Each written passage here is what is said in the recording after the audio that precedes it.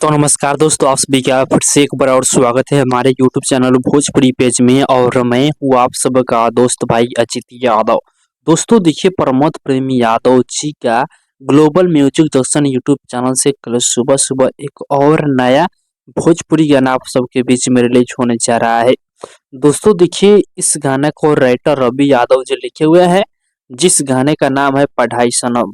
आप लोगों से बता दें कि गाने को प्रमोद प्रेमी यादव जी अपने आवाज में गाए हैं। और गाने में यदि म्यूजिक की बात किया जाए तो म्यूजिक बना है इस गाने में विकास यादव जी, जो कि इस गाना को global music junction YouTube channel पे कल सुबह 6:30 पे आप सबके बीच में डायरेक्ट वीडियो संग रिलीज किया जा रहा है।